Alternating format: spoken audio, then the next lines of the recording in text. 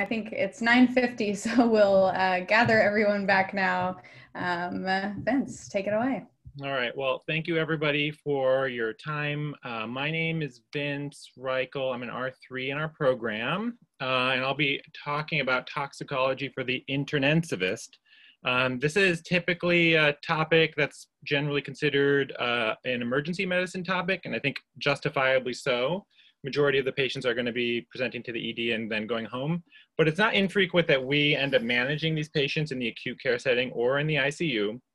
And my general experience in residency and managing toxicology was, I hear about a possible ingestion, it rings some bell somewhere distant in my mind that basically reminds me that I learned this at one point in medical school and I have no actionable knowledge currently to help my patient. So hopefully this will help a little bit and shed some light on some of the medications that I've managed in residency.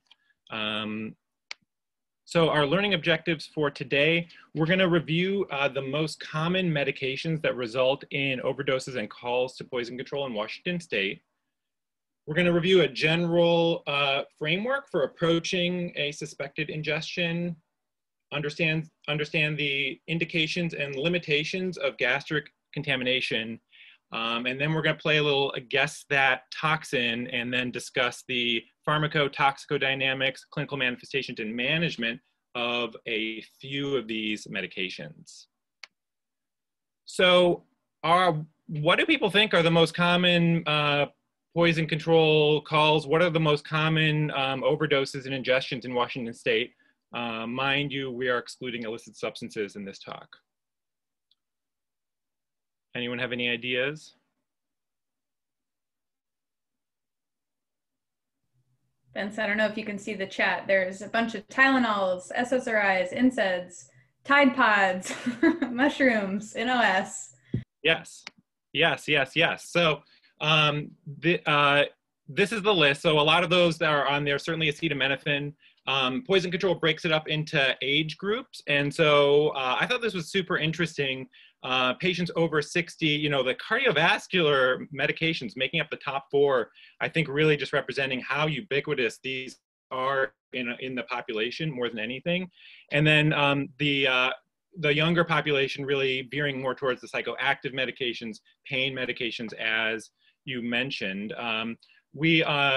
You know, I would love to talk about all of these. We don't have time, unfortunately, so I'm going to just select a few of them. And I do want to note, so there are no illicit substances on this list. Poison control does classify those differently. And you're thinking, hey, Vince, I don't care how poison control classifies it. We still got to manage these things. Don't worry, I got you. Block 13, I'm going to do a follow-up lecture on this where we'll talk about black tar heroin here in Seattle, GHB, the favorite drug of choice at the CHOP this summer. So stay tuned. In terms of a roadmap for what we're going to go over today, we'll first just discuss some general considerations and our framework for approaching the patient with a concern for ingestion. We'll discuss gastric decontamination, and then we'll go over some mystery toxins. If there's questions at any time throughout the talk, please feel free to reach out. Please feel free to put them in the chat or unmute yourself. So, general considerations. When you have a patient with an ingestion, there's going to be a lot that's unknown from the get-go, and you have to understand that going in. And the circumstances that are lead up to a patient's presentations are not going to always be known. And so it's important to have a broad differential and not to actually anchor on the idea that a patient is coming in due to an intoxication or an ingestion exclusively, given that we can't often interview our patients. And so I think it's important to maintain a broad differential. I think it's important to think about, could this be another etiology entirely? Something not related to an ingestion? Could this simply be an ingestion as may be suspected? Or could the patient have an underlying medical issue that they are using a medication in supertherapeutic amounts to treat themselves? And so you could have both going on. So I think it's just important to be mindful of that. You know, a general principle of medical toxicology now is you treat the patient, not the poison. Supportive care is going to be the cornerstone of medical toxicology. And so if your patient is hypotensive, you're going to treat the hypotension. If they're having seizures, you're going to treat the seizures. And it's less frequent that we're going to be going, not completely out of the question, and we'll discuss that in this talk, but we're generally not looking for the antidote, which is a change from the past. Going back to the 15th century, you could find a toadstone, which is a stone from a toad's head, which could detect the presence of any poison by becoming hot when placed over the patient. If you don't have a toadstone, a unicorn could also be handy, or the bezoar of an ape would also be helpful. And unfortunately, none of these are on the formulary at any of our 3 hospitals, so we're going to have to go elsewhere. It's also an important thing, you have to consider the capacity of your patient. If they're coming in with a concern for an intentional ingestion, you have to be mindful if the patient is declining any medical care or wanting to leave AMA. Do you think that this patient is able to advocate for their actual self-interest and their safety given the preceding events? And this is not something that happens infrequently. I myself had one night in the Harbor V MICU where 2 patients came in with intentional ingestions, self-extubated and wanted to AMA. So this is something that is worth thinking about ahead of time, and it's worth having a plan for. And of course, all of these patients, if there is any concern whatsoever for an intentional ingestion, need a psychiatric evaluation on admission, and they need to remain in precautions with an observation until psychiatry deems that they're no longer an active risk. We always want to know what the toxin is. It's super helpful and much more satisfying to manage the patient. It's not infrequent that we don't know immediately from the patient. And so getting collateral is really critical. You want to talk with family, friends. If you happen to be able to catch EMS, if you're in the ED, that is very, very helpful information, just to determine what was around the scene, were there bottles around, what medications is the patient on. Call their pharmacy, find out when was their last pickup and how many of their medications they could have. In regards to our testing abilities, we have a pretty limited number of serum tests here at UW. We're pretty much limited to acetaminophen, salicylates, and ethanol from a serum perspective. We do have the urine toxicology screen, which I would say that the standard toxicology screen is going to be infrequently useful and is rarely going to show you something that you don't already know or going to change clinical management in the setting of an intentional overdose.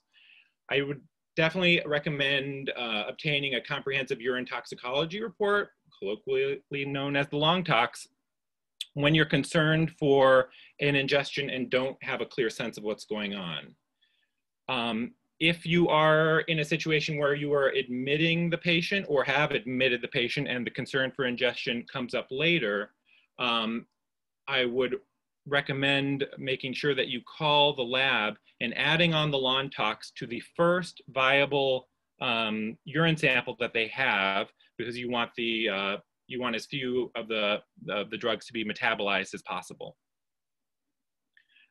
Just a word about the long tox.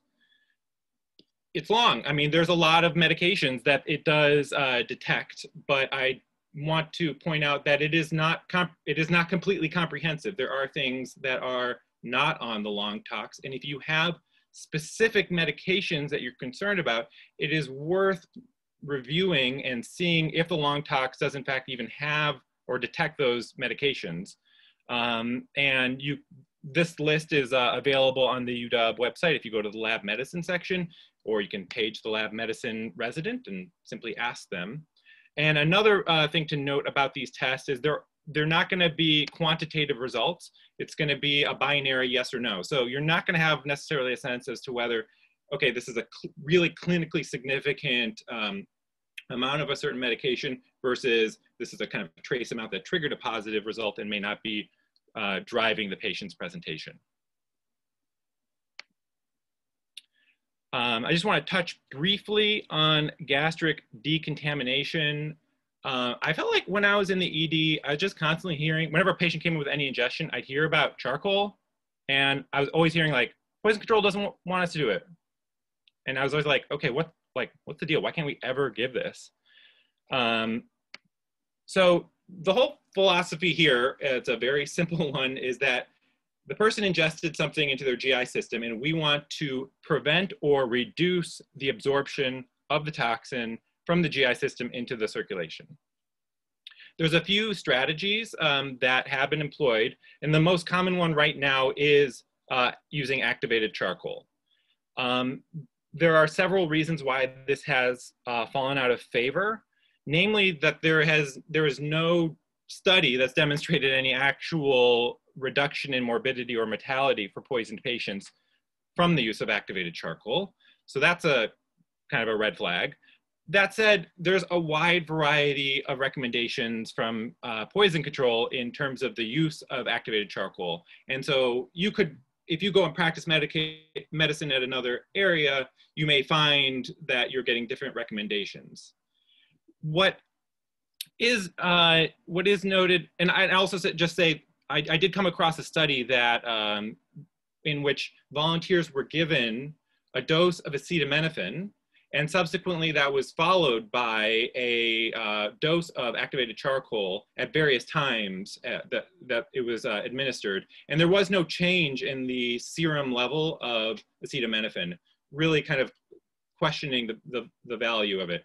That said, it's still employed, and I'd say that the place where it's most useful is if you see a patient who has ingested something within the past 1 to 2 hours. That's really when it's going to be the most high yield and valuable. That said, the average time to presentation to an emergency room from ingestion is 3 to 4 hours, which I think explains one of the major reasons why it's just not indicated, because it's just out of the window, which is just really quite narrow. How the charcoal works, so the charcoal is not absorbed through the GI system. It's in the GI system, it's going to bind to the medication or toxin, limiting the toxin's ability to be absorbed from the GI system. And as the amount of free toxin goes down within the gut, any of the toxin that has already absorbed into the bloodstream will diffuse back into the GI system because of a diffusion gradient. There is an added concern with activated charcoal and any of the other methodologies of GI decontamination, is including like gastric emptying and orogastric lavage, which are really not used. But all of them are significant emetics. Really, will cause your patients a significant nausea and vomiting. And if you can imagine, patients who have had intentional ingestions are not always having, a GCS of 15, that there is concern for airway compromise or an aspiration. And so if there's any concern that their mental status has been depressed, or if there's any concern for respiratory issues, then those would be contraindications for any of these GI decontamination strategies. And as I've alluded, those are obviously not uncommon presentations in the setting of an intoxication. Any questions so far? You might be able to see in the chat, there was a very fruitful discussion about the toadstones, some nice historical context as well. But one question that did come up is it is always positive for theophylline. Do you have any sense of what common false positives and negatives are for the long tox? That is a fantastic question that I don't know the answer to, but I'm happy to follow up. I think, my experience with the long tox and when really getting into the nitty gritty is really, it is worthwhile having a conversation with the lab resident in terms of the validity and benefits of the test. The most frustrating situation was as I alluded to, the limitations of the long tox. It was a place where, you know, of all the medications that they're looking at, there was the medication that was concerned for was just simply not on the test. And so, you know, in that situation, you could do a 2-week send out, or you just have to kind of treat empirically. Great. And then another question, people talk a lot about aspiration of activated charcoal. Any thoughts or comments on that from your reading? And yeah, so that is a significant concern. That is a major contraindication for using activated charcoal. And so beyond its limited efficacy, but after 1 to 2 hours, you're basically having very limited efficacy, so you're not really getting much benefit, and you're basically only putting the patient at risk of aspiration. And as I mentioned, any patient who has any issues with like toxic metabolic encephalopathy is going to be at an even higher risk of aspiration. And so those two things, that's decreased efficacy and the concern for aspiration, I think are the reasons why it's fallen out of favor. And there are even more, we'll get into some specific issues with some specific toxins that should make you even more wary as we'll go forward. And then a question, if you happen to know, any idea how much a long tox costs? I have no idea. I'm going to look it up. Sometimes the UW Lab Medicine Guide has costs of actual tests on it, so I'll try to do some detective work. All right, thank you. All right, thank you for the questions. I can't wait to see the discussion on toadstones. Also, cobra stones, king cobra stones. I couldn't find my son's king cobra puppet, but maybe next time. All right, let's play some Guess That Toxin game. So I have 3 toxins. I have 3 cases. And as we go through the case, I hope there are some guesses as to what may be causing this presentation, and then we'll go through how to manage those. All right, toxin 1, 54-year-old gentleman. He has a history of depression and hypertension, presented with abdominal pain, vomiting, breathlessness, decreased urine output, and confusion. At presentation, he was found to have a blood pressure of 60/40, a heart rate of 63, a respiratory rate of 32, and he's sitting 85% on room air. White blood cell count is 18, and he has a creatinine of 1.8. X-ray showed bilateral opacities. ECG showed sinus bradycardia with first-degree AV block. POCUS was unremarkable. In the emergency department, he was started on norepinephrine and vasopressin with minimal hemodynamic response. What are you concerned for?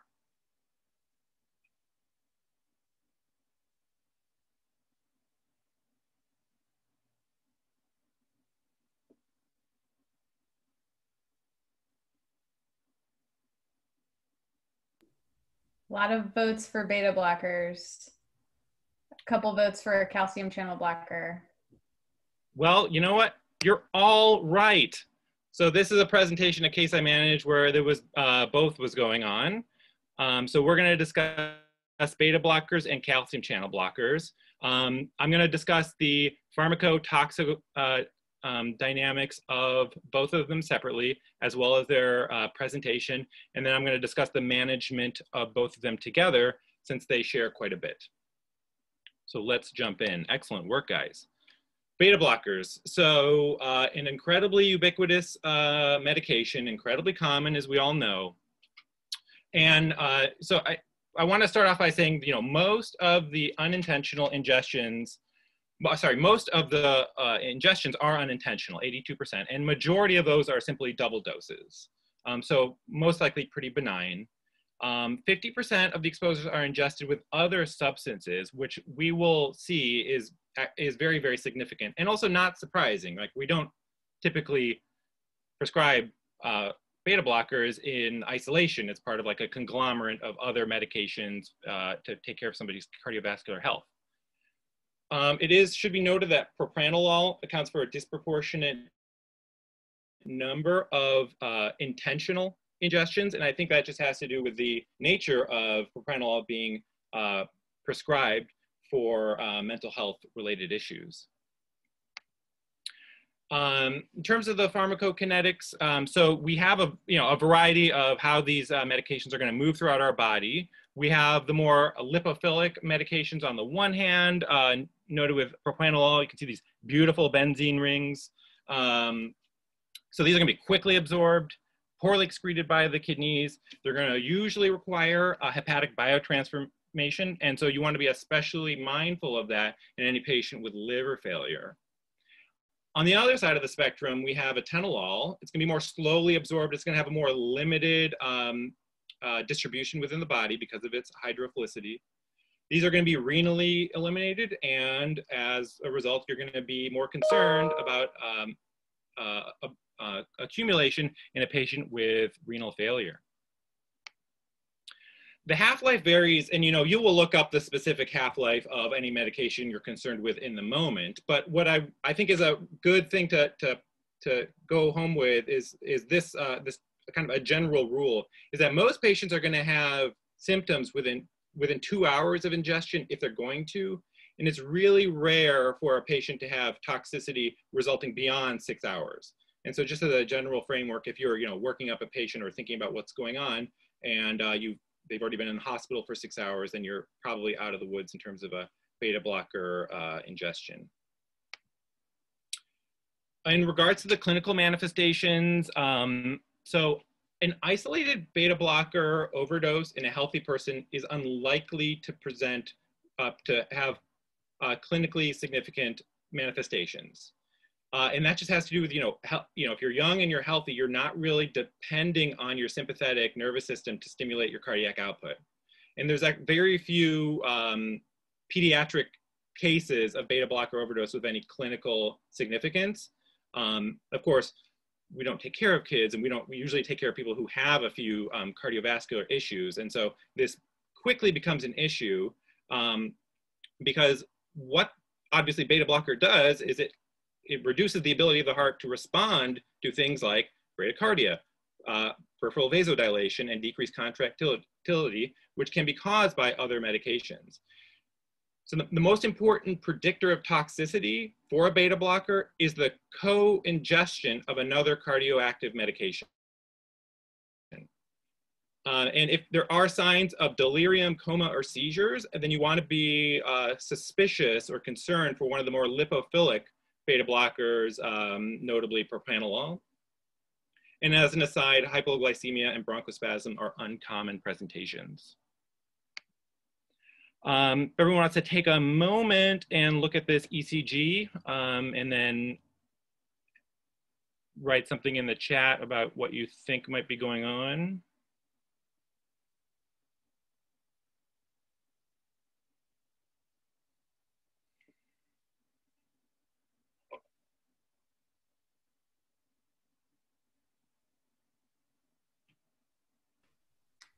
Few concerned for complete heart block. You guys are too good. So we got our P's walking along. We got our QS's walking along. They're not talking to each other. Complete heart block. The manifestations of beta blocker, it's not like a big surprise. So we have, all the degrees of AV block, junctional bradycardia. This is pretty reasonable and something we can anticipate. I do want to note, so if there is QRS widening, that would be more concerning for propranolol. And just in terms of management, you can manage that with bicarbonate, but it's not as responsive as with other places because it's typically due to a malfunctioning of the gap junction between the myocardial cells. In regards to the calcium channel antagonist, so this is a more concerning bad actor in regards to a intentional or unintentional ingestion. Calcium channel blockers are the most common cardiovascular drug involved in poisoning fatalities. They account for 16% of cardiovascular exposures, but 38% of deaths, just showing how potent these are and difficult they are to manage. They are all absorbed very well, but actually have very low bioavailability due to extensive first pass metabolism. They are managed, or should I say metabolized, by the CYP enzymes into largely inactive metabolites. So the concern is, with a large overdose, you overwhelm the hepatic enzymes, they become saturated, reducing the first pass effect, and then increasing the systemic quantity of the drug that's in circulation. And because these medications are managed through the CYP pathway, you do want to be mindful of drug-drug interactions. And I definitely would get on the horn with the pharmacist pretty swiftly to see if there are other drugs that would be concerning in your patient's medicine reconciliation. In terms of the clinical manifestations, shocker, it's going to be hypotension is going to be the most life-threatening finding for a calcium channel blocker overdose. This is just due to decreased ionotropy, bradycardia, and peripheral vasodilation. It is worth thinking about the formulation of the medication that the patient may have ingested, and knowing that a sustained release formulation can very likely have a delayed response. We know that there are, selectivity of the various calcium channel blockers, and some are more centrally active on the heart, some more peripherally active. If you have a overdose of sufficient quantity, you are going to, the selectivity is going to be lost with these larger ingestions, and you will have subsequent peripheral and central effects. ARDS can occur, as was seemingly going on with our patient in the case. And this is caused by, you're having systemic vasodilation, including in the pulmonary vasculature. And so you're going to have precapillary vasodilation. That's going to cause increased pressure in the transcapillary area. And as a result, you're just going to have increased transudates coming out of the capillary into the interstitium, resulting in pulmonary edema. Calcium channel blockers are also going to block the excretion of insulin by the pancreas and result in hyperglycemia. And that isn't a very important clinical clue if you are questioning whether a patient had a calcium channel block overdose, is the presence or absence of hyperglycemia. In terms of management of beta blockers and calcium channel blocker overdose, so as we mentioned before, you're treating the patient, not the poison. Hemodynamic support is going to be the name of the game to get your patient through this until their body is able to metabolize and excrete these medications. So you can consider the gastrointestinal decontamination, especially if there's an extended release formulation, but remember, you have a very limited window. And as we mentioned, what is the risk factor with gastric decontamination is that they are emetics, and you risk provoking a vagal response, which can exacerbate a patient's bradycardia. And so I would be extremely cautious in this scenario, especially in any type of situation where a patient is unstable, about exacerbating and making the situation actually worse. Generally speaking, as the patient that we had in the case, atropine for bradycardia, IV fluids will be, typically your first moves, but in a large overdose, those are going to be rarely sufficient, just simply due to the negative ionotropic effects and peripheral vasodilation of the calcium channel blockers. The next step would be possibly glucagon, which is a pure beta-1 agonist. You can dose that, and you basically want to see in a short period of time if there is a response to heart rate and blood pressure. This is not really a long-term medication that you can use to manage a patient through their entire course due to tachyphylaxis. And again, this also vomiting is common with the administration of glucagon, so you want to consider prophylactic antiemetic administration beforehand. You can administer calcium, gluconate or chloride to treat the hypotension. It's not going to affect the heart rate, but it is going to help reverse that hypotension. The effects can be short-lived, but it is still, in the guidelines. You want to be measuring your calcium frequently in your patients, so you don't want to go too far, obviously, but sometimes it can be effective. And the patient that I actually managed when we were concerned for an amlodipine overdose, we actually ended up using a calcium drip that pharmacy worked up for us that was fairly successful. Probably the most interesting treatment for this is insulin euglycemia therapy, otherwise known justifiably as high-dose insulin therapy. And so the way this functions, it's going to improve the myocardial metabolism by allowing the myocardium to use its normal fuel of fatty acids as opposed to glucose, which is what part of the toxicity that happens with calcium channel blocker overdose. I will say that the insulin euglycemia therapy is standard for a severe calcium channel blocker. It is like adjunctive, or like when you're out of ideas for a beta blocker on its own, but still within the realm of possibility. I don't really think it's typically useful to talk about doses. That said, I will talk about doses here because they are so ridiculous, and I think it's useful to hear them once before you potentially have to do this, because, I mean, the first time I heard this, I was like, shut the front door, this is crazy. You're gonna start with a bolus of 1 unit per kilogram of regular short-acting insulin given IV. And you're gonna follow that with half a unit per kilogram per hour, which is insane. And you're gonna titrate upwards, up to date had a maximum dose of 10 units per kilogram per hour, which, I mean, come on, that's crazy. So you can increase the infusion rate by 50% every 20 minutes until your target is reached. You generally, these patients, as we mentioned, are going to be hyperglycemic. But that said, with these doses, I can't imagine anybody not giving glucose in this situation with these types of doses. That said, I have been told by some emergency room physicians that, treating with glucose, you're treating the physician, not the patient, but you bring me the physician who would put somebody on these doses of insulin and no dextrose. So you want to be following the dextrose every 30 minutes or 15 minutes at the initiation of this until you're at a steady state. You should also note, so your hemodynamic response from this therapy can be delayed for 30 to 60 minutes. But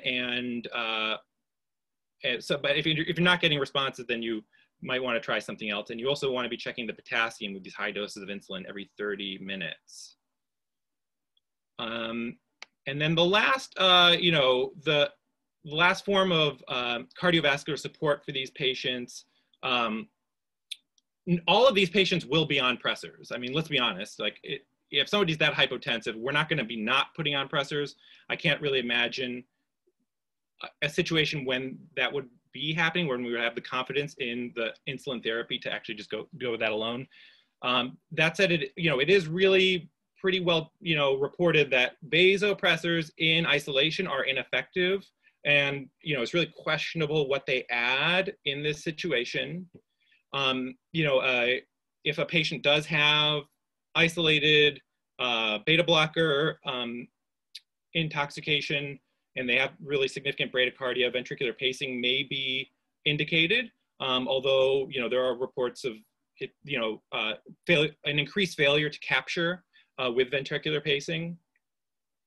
ECMO is indicated, but this really gets into, as is kind of typical for the ECMO world, you enter more of a culture world than a data world. And I would say that my impression of our culture of ECMO at UW is that this has been rarely employed in the support of patients for intoxication. But it is something that you can advocate for your patient if you're in extremis. And then I would just say that, the seizures, this is not a hemodynamic support, obviously, but seizures, which would be more indicative of a propranolol overdose, are responsive to benzodiazepines. Any questions about calcium channel blockers, beta blockers? There's a couple of questions that have come up in the chat, one of which, in the case you presented, the patient's heart rate was in the 60s. Is degree of bradycardia specific for these types of ingestions? So the bradycardia in this case was emblematic of the, I think you do have a dose response to up to a certain point with beta blocker ingestion, so that you can't have the reflex tachycardia for the hypotension, which you would see in a case that would be more typically calcium channel overdose in isolation. That said, I think a calcium channel overdose that goes beyond a certain point can also present with bradycardia. And then there's some experience shared about depleting the insulin supply at Harborview in this situation with the high doses that you were mentioning earlier. And then a couple of questions about if a patient is needing, hemodynamic support, like you mentioned, is there a particular first choice of vasopressor in this situation? Yeah, norepi. Norepi, generally speaking. I think if you're really, you could make an argument for, I would say norepi is the kind of a general safe one to go with. You could be, clever and think like, oh, we've got like an amlodipine overload, it's gonna be peripheral dilation, we should do like phenylephrine, or we should do something that's like peripheral. But in actuality, they're all pretty ineffective, and you're not gonna have, that kind of selectivity and response the way you might in a theoretical sense.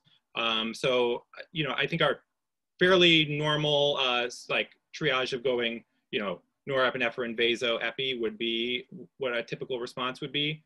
And but I would just, what I will say is that, the textbooks say, start with atropine and fluid, then you're going to go to glucagon, and then you're going to go to calcium, and subsequently try insulin and add the vasopressors. You're going to be probably doing all of these at once in a situation where the patient is in hemodynamic collapse. And so you're not going to necessarily know which one is going to be working, because you're going to be, moving with all the pieces at once.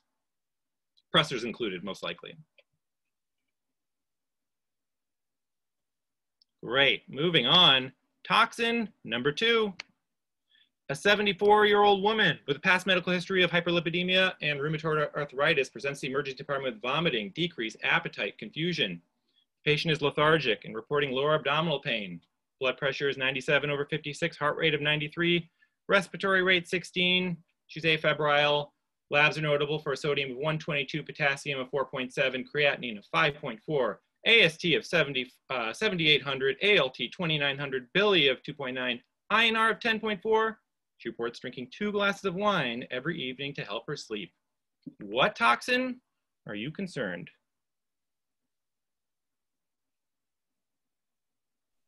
Bunch of votes for Tylenol. Yep, you guys got it. All right, so I think many of us have seen this before. It is just an incredibly common intoxication, and an incredibly important one for us to be able to know how to manage, which I thought why it warranted inclusion in today's talk.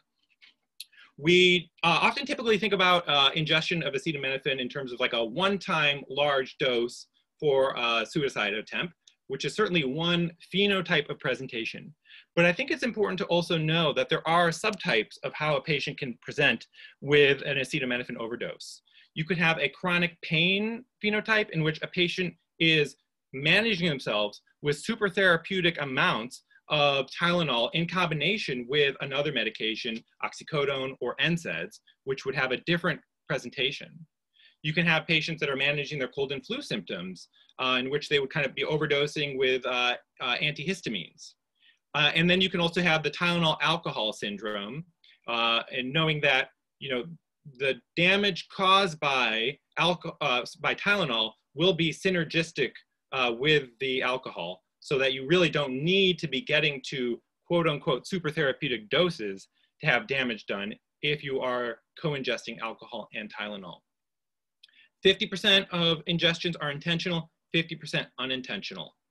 And you want to be mindful, and of course we're going to go through the whole metabolism of acetaminophen, but you want to be mindful that some medications, isoniazid, phenytoin, due to their activation of CYP enzymes, place patients at greater risk for toxicity. Here's the pharmacokinetics, so absorption is going to occur within 2 hours, and you're going to have your peak plasma concentration of acetaminophen for sustained release, which is the most common form, at about 4 hours. And you can see that nicely demonstrated here. In terms of a mechanism of the toxicity, so you have a large, or in any case, you have an ingestion of Tylenol, large or otherwise, and it's going to be metabolized in 3 ways. So you're going to have 2% kind of nominal amount that's going to be removed, unchanged in the urine. The vast majority is going to be metabolized into non-toxic metabolites by your liver. And you have a small 5 to 9% that is going to be metabolized by the CYP enzyme into a substance, NAPQI, which does have hepatotoxicity. Now, if you have sufficient stores of your cofactors, this will simply be metabolized into a non-toxic metabolite. What happens with a large ingestion of Tylenol is your metabolism to the non-toxic metabolites is overwhelmed, and you are going to have increased shunting through the CYP pathway. And that's going to result in increased amounts of your hepatotoxic substance. And this is where the upregulators are important. The medications that are predisposing patients to this, isoniazid, phenytoin, and alcohol, increase the activity of this CYP, increase the number of CYP enzyme, and thus increase this shunting to this pathway. NAC, a notable exception to the we don't use an antidote maxim of medical toxicology. It is the antidote for Tylenol, and it is a precursor for the cofactor that makes the hepatotoxic substance less, or helps it metabolize. So by adding NAC, you're going to increase the shunting towards the non-toxic metabolite. The presentation of acetaminophen takes a few stages. And so the initial presentation of a patient can be really mild and really nonspecific, but don't be fooled. That has no relation and no prediction towards the subsequent hepatotoxicity, and caution should really still be taken. The first stage is going to be the first 24 hours. You're going to have these mild symptoms, very nonspecific, and their laboratory symptoms can often be normal, and you can maybe see some AST elevation. If you have a patient within the first 24 hours that is presenting with toxic metabolic encephalopathy, anion gap metabolic acidosis, or renal failure, you really should be concerned for some type of co-ingestion and one of the other subtypes of acetaminophen toxicity aside from just a one-time dose. Stage 2 is when we start to see the blooming of the hepatotoxicity as it were. You're going to have an elevation of ALT, AST, bilirubin, right upper quadrant pain, renal failure can start at this point, a rising creatinine, oliguria. Stage 3, so 3 to 4 days out, this is the height of, this is like the really inflection point where the patients are at most risk. This is where your liver enzymes are going to peak. Patients can present with hepatic encephalopathy. You have the increased INR, hypoglycemia, lactic acidosis, and renal failure. This is the stage at which patients either turn the corner or die of multi-organ system failure. Stage 4 is the recovery phase, in which a patient has hopefully gotten out of stage 3 and will be recovering. And I think it's important to note that there is no chronic hepatic dysfunction if somebody gets through these stages and survives, that they will go back to the baseline that they were before, which I think is useful. Take us back to medical school, we can see zone 3, the centrilobular area of the hepatic unit is the area in which the toxicity is going to occur. This is where the CYP enzymes are focused within the hepatic structure. This just to differentiate between, in a shock liver or something, which would primarily be occurring injury to zone 1, because this is the area that would become hypoxic. So management of acetaminophen, something we've, I'm sure many of us have done. NAC is the accepted antidote. And so it is most effective if given within the first 8 hours post-ingestion, and to kind of effectively determine whether it's indicated. We'll kind of get into the nuances of that. But the gold standard would be drawing a serum acetaminophen level 4 hours after the ingestion. And the reason is because that is how the nomogram was developed. So you have 4 hours time post-ingestion, 4 hours. And then if the acetaminophen level is beyond the treatment line, then that is an indication to begin NAC. I will note, this is not, the nomogram is not like a set in stone, you know, come down from on high. There are different nomograms, and some are more conservative than others. And so if you change institutions or, you know, go practice in another country, you can notice like the line may be changed in terms of where it's located. I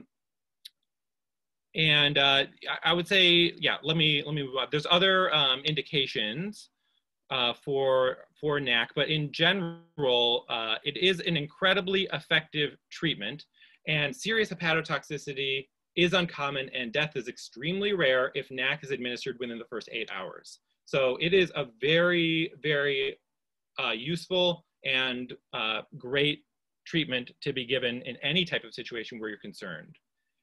The typical administration is a 20-hour protocol. You give a loading dose, followed by 4 hours of a higher infusion, and then 16 hours of a lower rate infusion. And then you get the ALT, AST, INR, acetaminophen levels at the end of your 20-hour cycle. And if those are either heading towards normal range or they're in the normal range, then you're good. You can stop NAC protocol.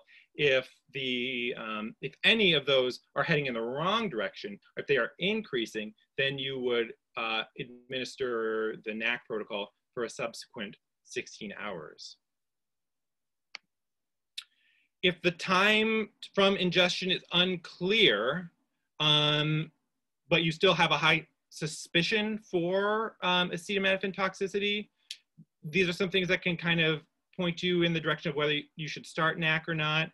I would start NAC for anyone with if you're concerned for an intentional ingestion and there's a detectable serum concentration. You should start NAC for anyone with ALT, AST elevations in this setting. And then, you know, we can't necessarily use the same parameters for when we're stopping. So you would just kind of continue until the patient is asymptomatic. There is no acetaminophen concentration on retest, and that your ALT, AST have either normalized or are downtrending significantly. And if you're really, you know, just feel like I just don't have any information and I just don't know, but I am concerned for acetaminophen toxicity, just do it, just give the NAC. It is the risks of giving NAC are so much lower than the potential benefits of what you can give for your patient. So when in doubt, just do it. Patients who present over 24 hours after ingestion, so they are going to be, you know, unfortunately in the situation of having incurred a significant amount of hepatotoxicity. And remember, the NAC does not reverse hepatotoxicity. NAC reverses, or NAC helps with the metabolite of the toxin that causes hepatotoxicity. So at 24 hours, patients have already incurred significant hepatic injury and may subsequently develop signs and symptoms of liver failure, nausea, vomiting, abdominal pain, renal failure, coagulopathy, encephalopathy, cerebral edema, hypotension. These patients need to be resuscitated and managed. And very likely, if they are not already at UW-Montlake, they need to get there because these are patients who need to be considered for a liver transplant. Questions?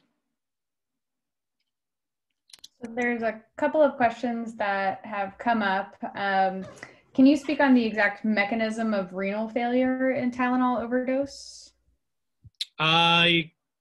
I cannot. So what I don't know the exact, but it only occurs with really high doses. And I would say when in my experience, it is most commonly incurred in patients who are using NSAIDs at the same time. I have a note on here in my Evernote that there's a lot of CYP enzyme activity in the kidney. And so if you've messed with that, that has something to do with the renal mechanism. I like it. Thanks, Danny. And then another question that came up that you might have addressed, if your patient presents less than 4 hours after ingestion, do you wait until 4 hours to decide to start NAC? No, so earlier is going to be better. That's just the, how the protocol was started, but you would always initiate treatment as soon as possible, and you would use your you could still use the nomogram if they're above the therapeutic level before 4 hours. If they're above the therapeutic level at 4 hours, then it's going to be indicated anyway. And I think that was maybe tagged with if their transaminases are normal or not too. Oh yeah, I would still, so remember, so you're not going to see transaminase elevation for a while. I mean, that is evidence of hepatic injury, which you're trying to avoid entirely, right? So if you're in a situation where somebody has presented so quickly, you should 100% be treating with NAC ASAP. I think that's what, oh, sorry. Sorry, go ahead, Kevin. I think that's what confused me a little bit about earlier on. You said if you were concerned that someone might have ingested Tylenol, but their serum Tylenol level was negative and they have ALT elevation. How common is that scenario? I would have expected you have some detectable acetaminophen if you're already having liver damage. Yeah, I have never encountered that situation, Kevin, but I would say these were scenarios that I was reading about, which essentially seemed to cover all bases in which you are concerned for acetaminophen toxicity, whatever is going on, that they just wanted to cover every possible base so that you just give NAC if you are concerned for acetaminophen toxicity. And I think that is the major takeaway, that you will do your patient a favor, given the risks are so great of acetaminophen toxicity. The risks of NAC are so low that the divide is you should just err on the side of giving it. And then one more question. Can you speak to the use of NAC and other toxic ingestions other than acetaminophen? I think it is used occasionally in other ones, but I don't think it has the degree of evidence in other medications. A lot of these, there are, unsurprisingly, there are not rigorous clinical trials to determine the efficacy of all of these treatments. And so a lot of it is just trial and error and seeing what seems to work and then case reports.